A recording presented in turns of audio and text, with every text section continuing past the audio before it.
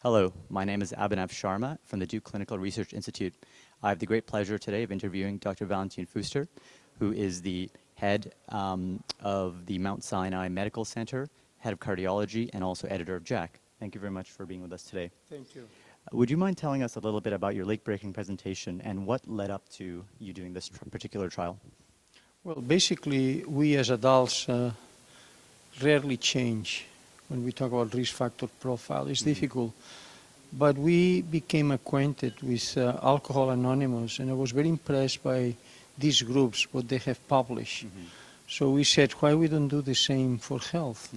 And we make people to group together and to help each other in terms of blood pressure, smoking, alimentation, tobacco, exercise, and this is what we did. We picked up the 5 risk factors that do not require blood testing and so easy to address. And we randomized 500 people in 7 communities in Spain into a group therapy, which was groups of 10, 250 of them, they were groups of 10 that they help each other, meeting every month for a period of a year. And then the other group was the control. They were followed individually, but what is critically important is both receive about 10 hours of education ahead of time, before randomization, in terms of physical activity, in terms of blood pressure, smoking, and so forth, plus how to motivate yourself, or how to control stress. These were the issues that preceded everything, so everybody had the chance to be educated.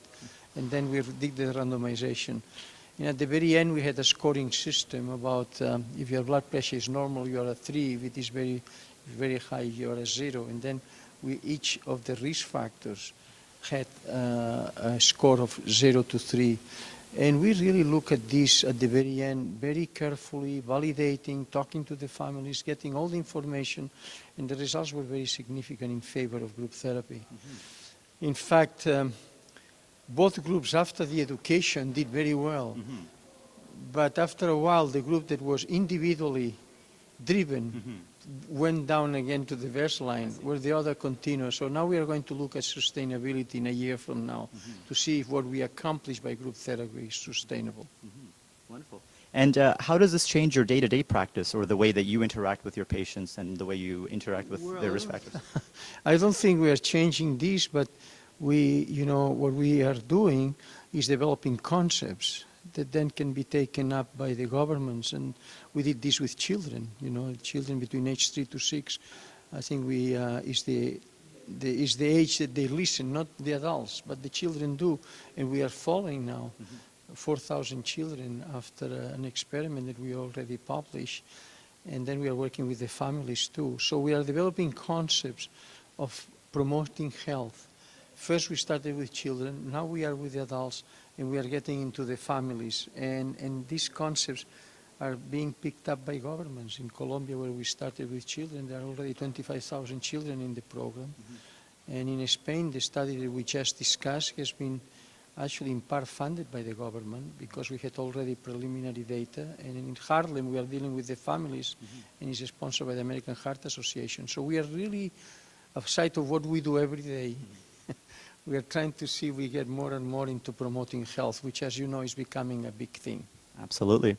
Do you feel that these study results can be translated into a North American population? I understand most of the sites were in Spain. Do you think this can be applied here? We are. This is what we are doing now at Harlem with 1,000 families. And that is part of the project, not only the children, but the parents of these children between age 3 to 6.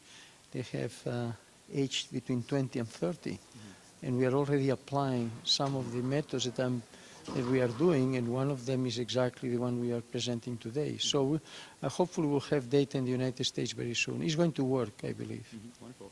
And are there any other thoughts about where this future is going with regards to prevention and with regards to risk prevention? It's an issue of behavior. I think the reality is we all know what we should do, but we do not behave properly. I think the sense of in a way, fooling ourselves, or maybe we feel we are not vulnerable, is one of the problems in society today. I think we have to become much more aware that we are vulnerable, and then taking action is increasingly important. I think education is critical. And what we are learning with all these projects, the population is educationable. We found this in children as we are finding now in adults. And I think we have to get more and more in using educational tools that really change our behavior. And I think this is where the future is going in terms of at least the cardiovascular field in promoting health. Wonderful. Well, thank you so much for your time. We really appreciate you discussing some of the results. It's a pleasure. Thank you. Thank you. Thank you.